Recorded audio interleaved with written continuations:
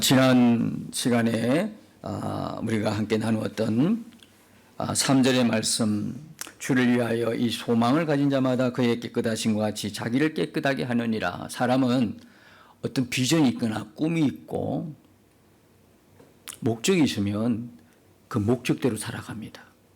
그죠? 꿈대로, 비전대로. 꿈이 없으니까 할 일이 없는 거예요. 앞으로 내가 뭘 계획을 못 잡는 거예요. 꿈이 없으니까.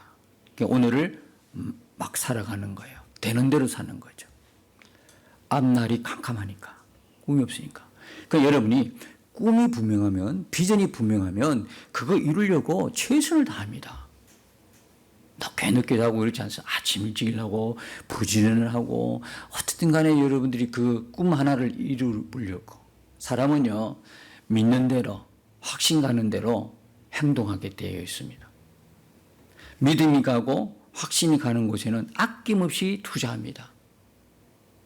자기의 시간들 투자하지요. 물질도 투자하지요. 자기 재능도 투자합니다. 거기에 맞다고 딱 생각하면. 그죠? 여기 3절의 이 말씀도 우리에게 참 도전적인 말씀이에요. 이 소망이라는 게 뭡니까? 영화되는 소망입니다. 여러분, 우리는요, 영도 거듭나고 구원받지만 육도 거듭납니다. 영만이 아니고 육도요. 육도 어떻게 거듭납니까? 영화로운 몸으로. 이걸 뭐라고 그랬습니까? 두 글자? 영화라는 겁니다. 그러니까 이 영화라는 거는 언제 만납니까? 우리가 이 땅을 떠나는 순간에 일어나는 겁니다. 예수님이 다시 오시면 오시는 그 순간까지 이 땅에 만일에 우리가 살아있다면 예수님 오실 때 우리가 영화로운 몸으로 변화가 확 하고 일어납니다. 예수님이 지금이라도 오시면 우리 지금 살아있잖아요. 이렇게 예배 드리잖아요. 예배 드리다가도 예수님이 오시버리면 어떻게 돼요? 순간적으로 변화가 일어나요. 우리 몸 자체가요. 영만 구원받는 게 아니고 우리의 몸도 부활체, 영광스러운 주님의 몸처럼 그렇게 영화로운 몸이 된다 이 말입니다. 그런데 그러면 그 영화가 일어날 때는 우리가 이 땅에 머물면서 주님이 오실 때나 우리가 이 세상을 떠날 때 죽음을 통하여 하나님 나라 갈 때에 순간적으로 일어나는 일이라고 그랬죠. 그러면 우리가 주님이 오시기 전에 우리가 또 죽음을 통하여 천국 가기 전에 어떤 일이 벌어지냐? 하나님을 믿는 사람들은, 예수 믿고 하나님 자녀가 된 사람들은 그 과정이 뭐냐? 천국 갈 때 주님 만나는 그 과정 전까지 뭐냐? 이걸 성화라 그래요. 화란 이야기는 영화, 성화, 화자라는 건 되어가는 과정을 이야기하는 거거든요. 되어간다 이 말입니다. 성화라는 거는 어떻게 합니까? 거룩하게 되어가는 거예요. 진짜 맞는 건 뭐냐면 우리가 신앙생활하고 난 이후에 점점점 나는 그렇게 졌는가를 점검해 보셔야 되는 거예요. 내가 예수 믿은 지 얼마 됐습니까? 5년 됐습니까? 10년 됐습니까? 20년 됐습니까? 30년 됐습니까? 그러면 어떻게 되어가는 게 정상입니까? 어떻게 성숙해져 가는 게 정상이에요. 아이들이 어머니 뱃속에서 태어나서 이제요. 그죠? 처음에는 걷지도 못해, 걸음마도 못하고, 엉엉엉 기지도 못해. 그냥 누워 있어야 돼. 조금 시간 지나면 뒤집게 하죠. 뒤집어가지고 엉엉엉 기어가요? 좀 시간 지나니까 두 발로 뒤뚱뒤뚱 서요 또. 근데 서니까 좀 있다 보니까 뛰기도 해요. 좀 있다 보니까 이제 책가방 올라매고 학교 가요.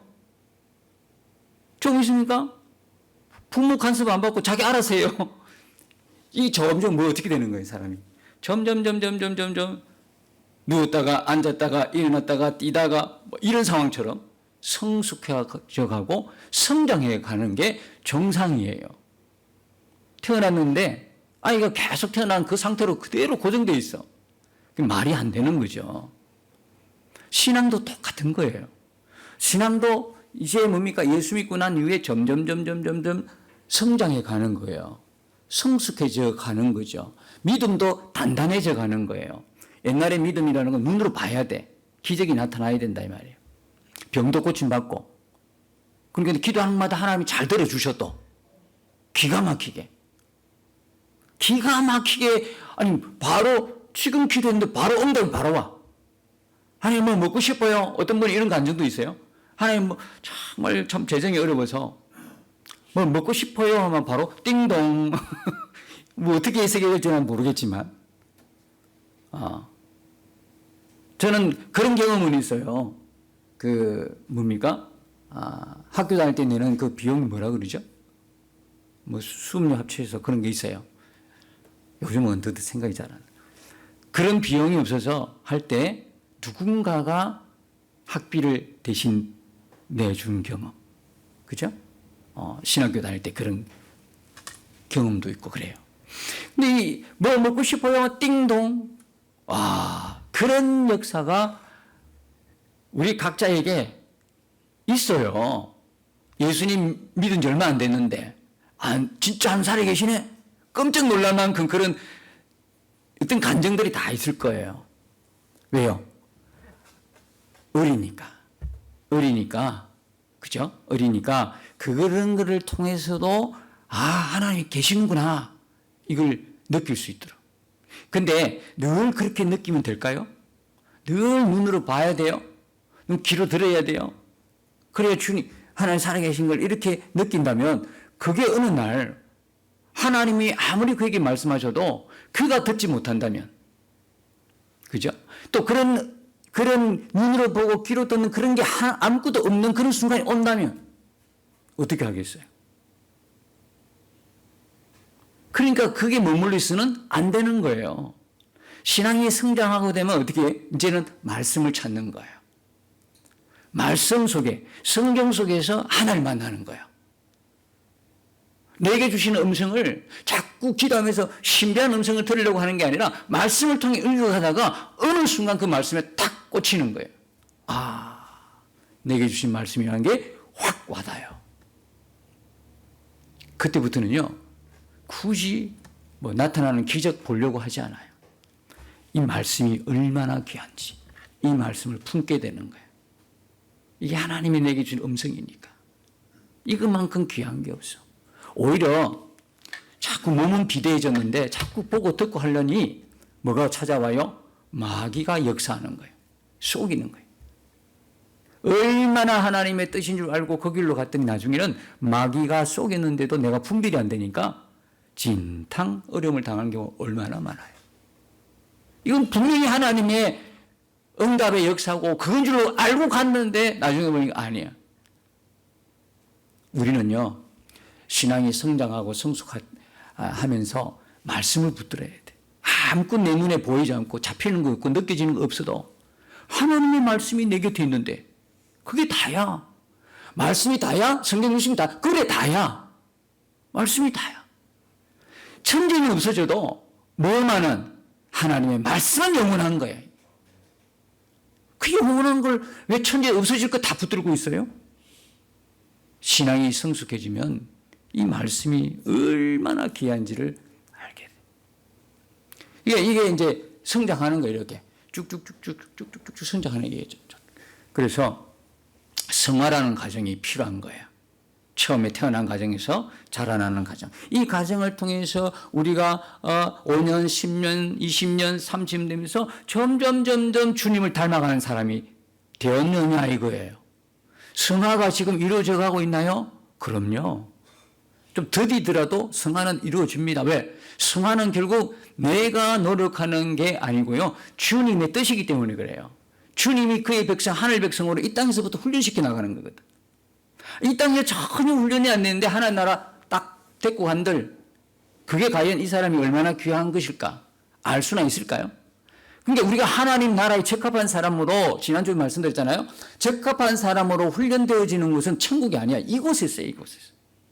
온갖 환난과 시련과 어려움과 고난과 눈물과 아픔을 통해서 만들어져 가는 거예요. 누가 하시는 거예요? 하나님이.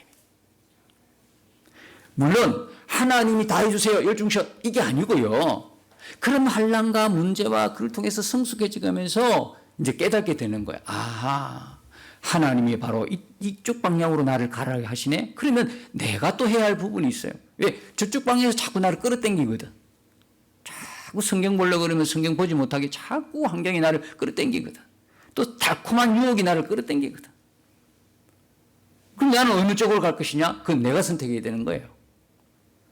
그럼 내가 그렇게 성경에 어느 날 보기 싫다. 그런데도 나 안 보겠다. 열중쳐. 나 가만히 있을래. 하나님 보게 해주시겠지. 이러는 거는 없어요. 그 성경을 보고 싶은 마음과 성경을 보기 싫은 그 마음 두 싸움이 막 붙죠. 그 싸움이 내 안에서 벌어지죠. 이 자체가 뭐예요? 은혜예요, 은혜. 은혜 가운데 있는 거예요, 지금. 기도해야 되는데 기도는 안 돼. 고민하죠. 그게 은혜단 말입니다. 하나님을 모르는 사람들은 그런 것도 없어. 당연히 그들은 말씀 안 보는 게 편해. 기도? 안 하는 게 당연한 일이었죠. 근데 우리가 은혜 속에 있으니까 기도는 해야 되는데 안 하는 게 불편한 거예요. 말씀은 봐야 되는데 안 봐주는 것이 이게 불편한 거예요. 견디기 힘든 거예요. 이게 은혜. 그러면 그 은혜 속에 우리가 있다는 이야기가 뭐냐면 내가 해야 할 일이 분명하다는 거예요. 나는 나의 게으름과 나의 유혹을 다 물리치고 무릎을 꿇는 무릎을 꿇고 기도하는 거고 성경책을 펼쳐야 되는 거예요. 이게 내가 할 일이란 말이에요. 그 은혜 속에 있다면, 그 은혜 속에 있다면, 그 갈등 속에서.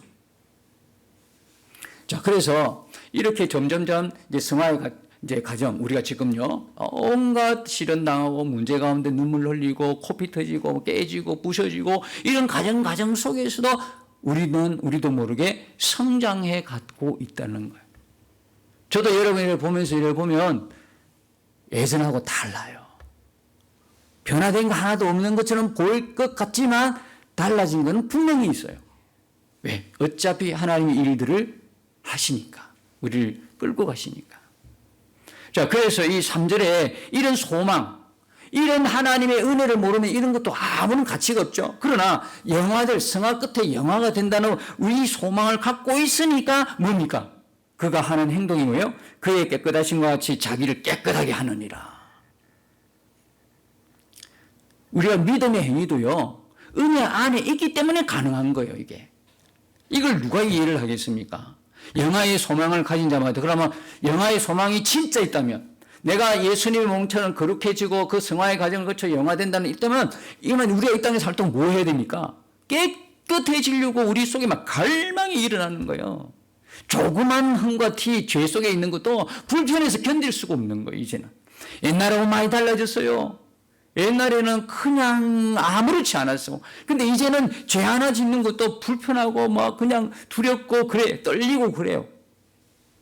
이게 뭐냐면 여러분이 살아있다는 증거고 여러분들이 성숙했다는 증거고 자라나고 있다는 증거예요.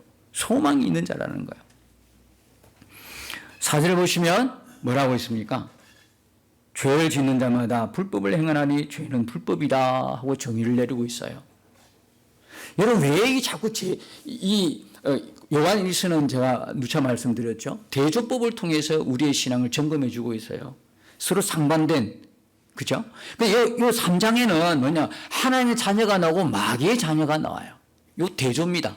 하나님의 자녀는 이렇고 마귀의 자녀는 이렇다 하면 대조를 하면서 우리의 신앙을 점검해 주고 있어요.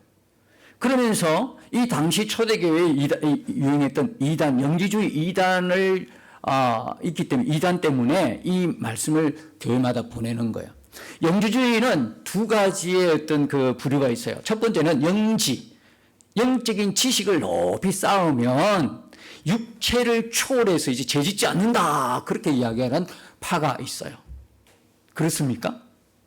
영적인 지식이 높아지면 이제 육체를 초월해가 육체를 뛰어넘어서 이제 죄를 안 짓습니까? 요한일서 1장에 보면 뭐라고 그랬습니까? 누구든지 죄를 짓는다 그랬어요. 누구든지 죄를 짓는 거예요. 사람이면 누구든지 죄를 짓는다 이 말이에요. 뭐 영적인 지식이 높다고 죄를 짓지 않는다? 천만에요. 두 번째 부류는 뭐냐면 이 영적인 지식 때문에 어떤 죄의 영향도 받지 않는다는 거예요. 영적인 지식을 높이 쌓으면 죄의 영향, 다시 말하면 죄 지어도 까딱없다. 죄 지어도 괜찮다. 영향이 없다는 거예요. 죄를 지어도. 맞습니까? 그래서 오늘 3장에서는 뭡니까? 죄를 지을 수 없다라고 노는 겁니다. 9절에 보면 하나님께로부터 난 자마다 죄를 짓지 아니하나니 이렇게 놉니다. 그러니까 이 이단에 대해서 반론을 하는 거예요, 지금. 응? 육신을 초월했기 때문에 죄 짓지 않을 아니, 누구든지 죄 짓는다. 1장에서, 그죠? 3장에서는 이제 영적인 지식이 있으면, 그죠? 영적인 죄와 아무 무관하다. 죄를 지어도 상관없다. 아니, 죄 지을 수 없다. 단정을 해버리는 거예요. 하나님께로부터 나는 자마다 죄를 짓지 않는다. 근데 내가 보니까 아니야. 나는 죄를 짓고 있어, 지금도. 이거 어떻게 된 거지? 하나님께로부터 난 자마다 죄를 짓지 않는다. 이 죄는 뭡니까? 반복되고 습관적인 죄를 말하는 거예요. 반복적이고 습관적이에요. 자, 하나님께로부터 난 자마다 다 죄 짓지 않는다면, 예? 왜 요한일서 1장에서 그 이야기를 했을까요? 요한일서 1장에서 뭐라고 이야기합니까? 요한일서 1장에 보면 8절에 만일 우리가 죄가 없다고 말하면 스스로 속이고 또 진리가 우리 속에 있지 아니할 것이요. 10절에 보면 만일 우리가 범죄하지 아니했다 하면 하나님을 거짓말하는 이로 만드는 것이니 또한 그의 말씀이 우리 속에 있지 아니함이냐. 왜 이런 말씀을 하셨을까요? 그렇죠? 죄를 아예 안 짓는다면 그게 아니라는 거예요. 죄를 짓는데 해결 방법이 있잖아. 그죠? 해결 방법은 뭡니까? 내가 자백을 하는 거예요. 응? 나와가지고 제가 잘못했습니다. 회개합니다. 죄 있습니다. 자백하면 하나님 그를 깨끗하게 하실 것이다. 그 이야기를 하고 있는 거잖아요. 근데 여기서 이야기는 반복적이고 습관적인 죄는 못 짓는다. 그 대신에 하나님께로 난 자는 거듭난 자는 반복적이고 습관적인 못 돼요. 한두 번 실수해서 한두 번은 그렇게 자기가 지을 수는 있어. 그렇다고 꼭 한두 번이 아니라 정해지지 않아요. 어떤 사람은 죄 짓다가도 돌아오고 어떤 사람은 죄 짓다가 하나님께 고난을 당하고 난 뒤 깨닫고 돌아오는 경우도 있고 한번에 이건 안 된다고 딱 자기 속에서 분명한 선을 끊는 게 있고요. 여러 가지 다양하게 있지만 그러나 이걸 다 놓고 짓지는 못한다. 죄 짓고 또 회개하고 죄 짓고 또 회개하고 죄 짓고 또 회개할 수는 없다는 거예요. 습관적인 죄는 절대로 지을 수가 없다. 왜? 그 안에 뭐냐? 하나님의 씨가 있다는 거예요. 하나님의 씨가 뭘까요? 하나님의 씨는요, 우리 속에 심겨진 거, 씨는 뿌리는 거잖아요. 씨 뿌리는 비유 보니까 뭐예요? 말씀이에요. 우리 안에 말씀이 지금 뿌려져 있어요. 여러분 지금 말씀 듣고 있잖아요. 이게 보통 일이 아니에요. 여러분 설교 듣고 말씀 들은 게 한두 번이었어요, 이게? 10년만 교회를 왔다 갔다 해도 이 말씀이 얼마나 많이 심겨졌겠어요. 그리고 나도 모르게 이 말씀이 내 삶을 즉 이끌고 가는 것을 알게 될 거예요. 많은 부분에서 선과 악의 분별이 되고 해야 될 것과 하지 말아야 될 것이 분명해지는 거예요. 여러분의 삶이 변화가 일어났다는 거죠. 그 다음 또 뭡니까? 우리 안에 있는 게 하나님 씨가 뭘까요? 성령요, 성령.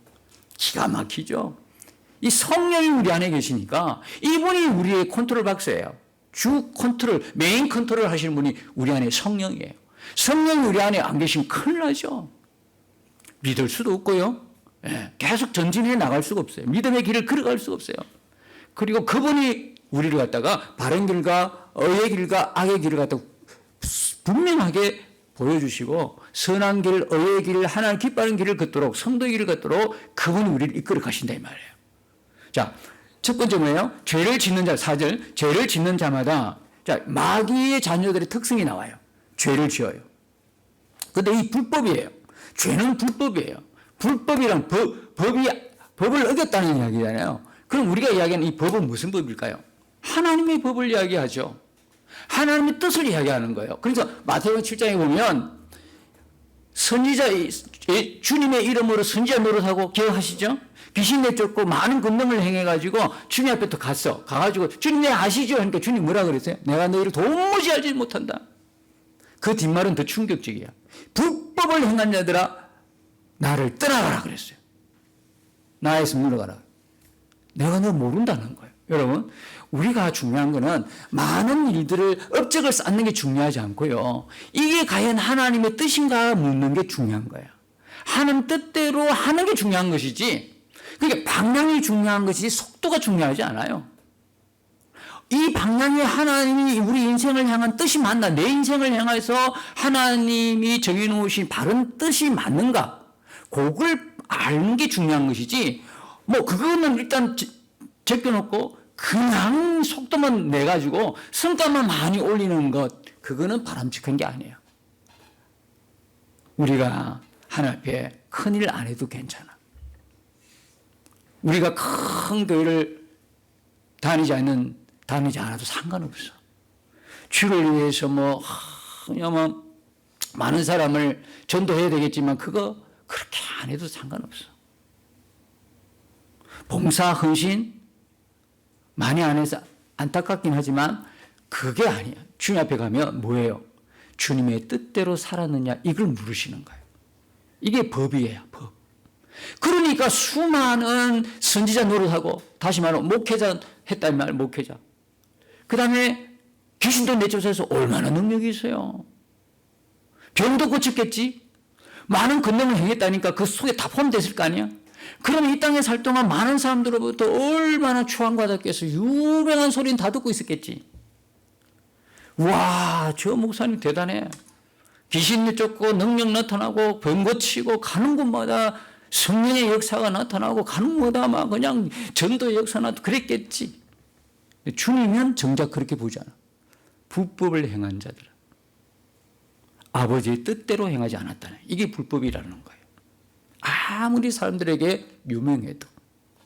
그러면서 그 밑에 마태복음 7장 밑에 보면 반석 위에 지은 집, 모래 위에 지은 집의 비유가 나와요. 무슨 이야기예요? 그 법이냐 불법이냐 그걸 확 분별해 주는 겁니다. 하나님 말씀이요. 하나님 말씀대로 내가 했느냐, 하나님 말씀대로 살았느냐, 이걸 물어보시는 거예요. 여러분들이 비록 아무도 안 알아주고 무명이고 큰 업적도 안 남겨도 하나님 말씀 붙들고 이 말씀대로 살려고 몸부림쳤다면 하나님은 그걸 인정하시는 거예요. 악한 길로 세상 법으로 가지 않고 세상에 기뻐하는 길이 아니고 하나님 말씀대로 순종해서 믿음으로 한번 살아보겠다고 발부둥쳤던 거, 어떻게 하면 하나님 뜻대로 살아볼 것인가, 그렇게 몸부림쳤던 그 몸부림을 하나님은 보고 계시고 그걸 인정해 주십니다. 그래서 마귀의 자녀들은 그 상관하지 않아요. 하나님의 뜻은 전혀 상관없어요. 그러니까 죄를 지은 일마다 불법이 없이는 불법이라 말씀하고 있는 거예요. 그 다음에요, 6절에 보면, 중간에 보면 범죄하는 자가 나와요. 범죄하는 자마다 그를 보지도 못하고 그를 알지도 못하노라. 죄를 짓는 순간은 하나님이 없는 거예요. 믿는 사람들도 실수해서 죄를 범하는 그 상황 속에서는, 그 순간 속에서는 하나님이 보이지가 않아요. 실종된 거예요. 여러분, 진짜 우리가 죄를 짓고 안 짓고의 능력은 어디서 나타나면 내 안에 계신 주님이 분명히 의식되느냐, 그게 다른 거예요. 도덕적이고 윤리적인 그런 어떤 기준도 중요하지만 그기보다도 가장 명확한 거는 하나님이 지금도 나와 함께 계신다.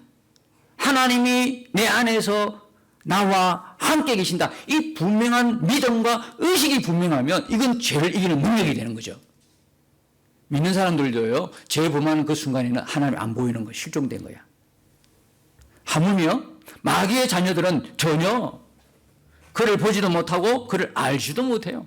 우리가 하나님의 자녀인데 불신자들은 하나님을 모르기 때문에 우리 자체가 어떤 신분인가를 몰라. 아예 이 영광스러운 신분을 갖고 있는데도 우리도 또 그래. 믿는 사람들도 믿음이 뭡니까? 안 믿어지니까 자기가 어떤 존재라는 걸 전혀 그냥 왕 같은 제사장 그런 거 안 믿어지는 거예요. 그게 막 살아가는 거예요. 그러니까 믿음대로 여러분의 삶은 디자인되는 거예요.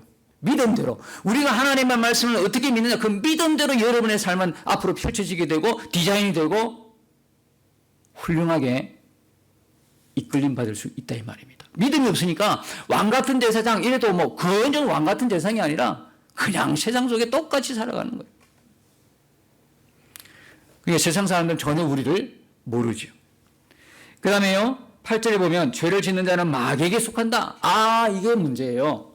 죄를 짓는 건 단순한 죄 짓고 안 짓고 문제가 아니고 누구에게 속했다는 뜻입니까? 마귀에게 속했다는 거예요. 마귀는 처음부터 번제함이라고 그래요. 처음부터. 여러분 이거 어디서 많이 들어봤죠? 요한복음 8장 43, 너의 아비 마귀. 그죠?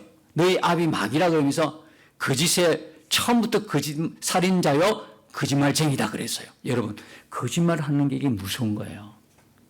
단순히 거짓말하는 거예요. 실수로. 성령의 거짓말도 있잖아요. 이 실수로. 이거는 몰라도요. 입에 달면, 입만 열면 거짓말이에요. 입만 열면 거짓말하는데 양심의 가책이 전혀 없어. 거짓말 했다고 또 거짓말 치고 또 거짓말 치고 또 거짓말해요. 그걸요, 심각합니다. 그는 그 사람의 윤리 도덕적인 문제를 떠나서요, 근본부터 여기 있잖아요. 처음부터 범죄함이라. 거짓의 아비에 속한 자란 말입니다. 그가 아무리 허울이 좋아도 아무리 명성이 있어도요, 입만 열면 거짓말하는 사람 같으면 그 사람은요, 단순한 윤리 도덕의 문제가 아니라 이는 영적인 문제예요. 지금 우리나라가 가장 큰 문제가 뭡니까? 뭐 대통령 탄핵 이걸 떠나서 가장 그보다 큰 문제가 거짓 뉴스예요. 거짓말이 아주 일상화됐다는 거예요. 거짓 뉴스 쫙 퍼지고, 가짜 뉴스, 거짓 뉴스, 사람들 안 했는데 했다 그러고 모함하고 이게 우리나라 전체를 듣고 있어요. 여러분, 이건 단순한 그 사람의 어떤 도덕적인 문제가 아니에요. 전체 나라의 문제 같으면 이거는요, 영적 싸움이에요. 우리나라에 덮고 있는 영적 어둠이 확 덮어버렸어요. 영적 어둠이 덮고 있어요. 그러니까 양심의 가책 전혀 없는 거야. 우리나라의 다수당이 이런 법안을 통과시키고 뭐 할 때도 전부 다 국가를 위하고 국민을 위함이 아니라 도대체 이런 법이 어떻게 국회를 통과할 수 있을까 할 정도로 의심이 들 만큼 국민을 속이고 가짜로 뭡니까? 가짜로 해서 법을 만드는 것, 다수당이. 그 다음에 이 나라의 대통령이 되고자 하는 사람이 그렇게 입만 열면 거짓이에요. 가짜예요. 분별하셔야 돼요, 여러분. 그런 사람이 우리나라의 대통령이 되고 지도자가 되면 어떻게 되겠어요? 그렇게 힘들게 우리 선배들이 세워놨던 이 나라가요, 무너지는 거는 순식간에 무너져요. 근데 국민들이 그걸 몰라. 꼰대라고만 이야기하지 몰라. 한순간에 나라 무너지는 거는 순간적이에요. 세우는 건 어려워도 모든 만사가 그렇잖아요. 여러분, 저는 정치에 대한 별 관심이 없어요. 그러나 문제는 하나님의 말씀으로 비추어가지고 이게 영적 싸움인 게 분명한 거고요. 입에 달고 사는 거짓말쟁이는 절대 우리나라 지도자가 될 수 없어요. 이런 사람 되면 안 되고. 그게 여러분들이 우리에게 주어진 이 나라의 지도자를 뽑는 투표의 순간들이 너무 귀한 거예요. 나중에 잘못 그냥 투표해놓고 이 나라의 책임을 그 사람들 전가시킬 수 있겠어요? 모든 책임의 몫, 모든 몫은 우리에게 돌아온다고. 여러분 투표할 때 잘해야 된다니까. 잘해야 된다니까. 입만 열면 거짓말하는 사람, 자기 내로남불 이런 사람들은요, 뽑으면 안 돼요. 안 된다고. 정신 바짝 차려야 돼요. 그러니까 처음부터 범죄한 자, 이 사람은. 처음부터. 그 다음에 10절에 보니까 하나님의 자녀들과 마귀의 자녀이 막 드러나요. 그들의 나타나는 행태를 보면 알아요. 우리 눈으로, 육안으로요, 저 사람이 거듭났는지, 거듭 안 났는지, 저 사람이 하나님 자녀인지, 마귀의 자녀. 우리 눈안으로는 볼 수가 없어요. 알 수 없어요. 그러나 그들이 살아가는 행태를 보면 알아요. 그게 나타나요. 그게 뭐냐면 열매예요. 열매. 그게 열매라고요. 열매가. 하나님의 자녀들은요, 거룩해지는 열매가 맺어져 가요. 죄와 싸우려고 하고, 죄 안 지려고 몸부림치고, 거룩해 가고, 영화를 소망하면서 자신을 깨끗게 하고, 어떻게 하면 하나님 뜻대로 살아갈까, 하나님 뜻대로 살아갈까, 몸부림치는 열매가 맺혀지고요. 마귀의 자녀들은요, 될 대로 사는 거야. 죄 짓는 것도 아주 우습게 생각해. 죄 짓는 게 즐거워, 기뻐.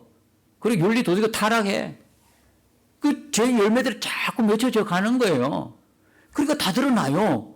눈으로는 식별이 안 되지만 그 사람의 열매를 보면 알아요. 말씀을 비춰보면 안다고요. 근데요, 하나님의 자녀들은 어떻습니까? 6절을 보십시오. 그 안에 거하는 자마다 범죄하지 아니하나니. 그 안에 거하는 자마다. 그 다음에 9절. 하나님께로부터 난 자. 이게 뭡니까? 하나님께 난 자, 거듭난 자. 하나님의 생명으로 거듭난 사람을. 여러분, 교회 안에서 가장 중요한 포인트가 있어요. 당신은 거듭나셨습니까? 당신은 성령으로 거듭나셨습니까? 당신 안에 성령이 계십니까? 하나님은 여러분의 아버지가 되시고 성령은 여러분 안에 계시고 하나님은 여러분 인생의 주인이십니까? 이 질문에 명확하게 답변하셔야 돼요. 이걸 미루다 보면 마지막 그날에 늦어요. 주님 오시는 날은 그에게 구원의 날이 아니야. 그에게 심판의 날이 된단 말이에요. 여러분 성령으로 거듭나셨어요. 더해서 복음으로 여러분 이 말씀을 해야 돼요. 어떻게 거듭날 수 있습니까? 어떻게 거듭날 수 있죠? 예. 에베소서 1장 13절에 보면 이 말씀이 있어요. 그 안에서 너희도 진리의 말씀과 구원의 복음을 듣고 뭘 들어야 돼요? 구원의 복음의 말씀을 들어야 돼. 그 안에서 또한 믿어야 돼. 그 다음에 약속의 성령으로 인치심을 받았으니 말씀을 듣고 믿어서 성령을 인치심을 받는 거예요. 그러니까 여러분들이 말씀을 지금 듣고 있죠? 여러분이 믿고 있죠? 그러면 여러분 가운데는 이미 성령이 인쳐진 거예요. 그러니까 여러분들이 말씀에 입각해서 말씀을 믿음으로 말씀 믿으신단 말이죠. 그리고 성령이 내 안에 계신다는 게 여러분들이 그렇게 확신이 가지면 그 사람에게 성령이 인치신 거예요. 그럼 그때부터 어떻게 살아야 돼요? 성령이 인치심에도 불구하고 그게 인식이 안 되니까, 그게 정말인지 가짜인지 이게 안 되니까 마치 없는 것처럼 사는 거예요. 여러분들이 믿으시는 건 뭐 여러분 노력해서 여러분의 지식으로 믿어집니까? 아니죠. 성령께서 하나님 행하신 십자가에 그릴 때 그대로 믿어진다. 여러분 십자가에서 나를 위해 구원하기 위해 십자가에 죽으신 그 예수님 믿습니까? 예수님이 다시 오신 거 믿습니까? 그건 믿는 거는요, 여러분 때문에 여러분이 스스로 믿는 거 아니라니까요. 그건 뭐냐? 하나님이 구원 주기로 작정한 그 사람에게 성령이 역사하니까 믿어지는 거죠. 그 여러분 지금부터 뭐 해야 되냐면 계속해서 이 말씀 그대로가 믿어진다면 내 안에 있는 성령을 바라보셔야 돼요. 계속 그분을 의식해야 돼요. 의식하면서 살 때 이게 점점 강화되는 거예요. 점점 분명해지는데, 분명히 성령 계신데 인식 안 하고 산다. 그러면 이게 자꾸 묻혀. 그나마 있는 믿음도 사라져요. 없어지는 것 같아. 그럼 나 혼자 똥 떨어져가지고 나 혼자 신앙생활하는 것 같아. 아니에요. 성령 우리와 함께 계셔요. 정말 예수님의 그 십자가 은혜가 믿어지면, 여러분 진짜 그 복음으로 믿으시면 여러분 안에 성령이 계신 거예요. 그럼 지금부터 뭐 하셔야 돼요? 성령, 그의 안에 있기를 성령을 인식하고 성령과 함께하는 삶을 사셔야 돼요. 그게 뭐냐면 그의 안에 가는 자마다 그래요. 우리가 죄짓지 않는 비결은 뭐냐? 윤리도 도덕적으로 우리가 많이 알아서 그런 게 아니고 그분을 의식하는 땅에 따라든 거예요. 우리와 함께 계시는 그분을 의식하는 얼마만큼 그게 그 안에 거한다는 이야기예요. 10절에 똑같은 이야기예요. 하나님의 자녀와 마귀의 자녀들이 드러나나니 무릇 의를 행하지 않은 자는 또는 그 형제를 사랑하지 않은 자는 하나님께 속하지 아니했다. 그들의 나타난 열매들 보고 이게 속했다 안 속했다 나타나는 거예요. 그 다음에 12절에 보면 또 그 한 사람을 가인같이 하지 말아라 그래요. 그는 악한 자에게 속하여. 왜 가인같이 하지 말아라? 그 가인이 아담의 자녀이지만 그 가인은 어디 속했냐를 이야기해 주려고 하는 거예요. 악한 자에게 속했다. 다시 말하면 쉽게 말하면 마귀의 자녀라는 거예요. 아니 똑같은 배에 났는데, 똑같은 하와의 배에서 나왔는데 자녀들인데 한 자녀는 하나님의 자녀고 한 자녀는 악한 자의 자녀, 마귀의 자녀라는 거예요. 이게 참 우리로서는 이해하기 참 힘들어도 이게 현실이에요. 하나님은 창세기 3장 15절을 통해서 두 부류의 후손이 있다는 걸 말씀하셨어요. 첫 번째는 뭐냐? 여자의 후손이요. 두 번째는 뭐냐? 뱀의 후손이요. 이 여자의 후손은 뭡니까? 예수 그리스도의 계보 속에 있는 하나님의 택한 구원받은 하나님의 계보예요. 그런데 뱀의 후손은 뭡니까? 이게 마귀의 후손이다. 진짜 안타깝게도 이 세상에 두 부류밖에 없어요. 하나는 여자의 후손, 하나는 뱀의 후손. 하나는 하나님의 자녀, 마귀의 자녀예요. 가족 안에도 있다는 거예요. 그러니까 우리가 내년을 진짜 기대하자고요. 우리는 그 알 길이 없어요. 누가 하나님의 자녀고 누가 마귀의 자녀는 몰라요. 그럼에도 불구하고 여러분들이 아직 하나님 알지 못하는, 예수님을 알지 못하는 그 가족을 위해서 우리가 기도하자고요.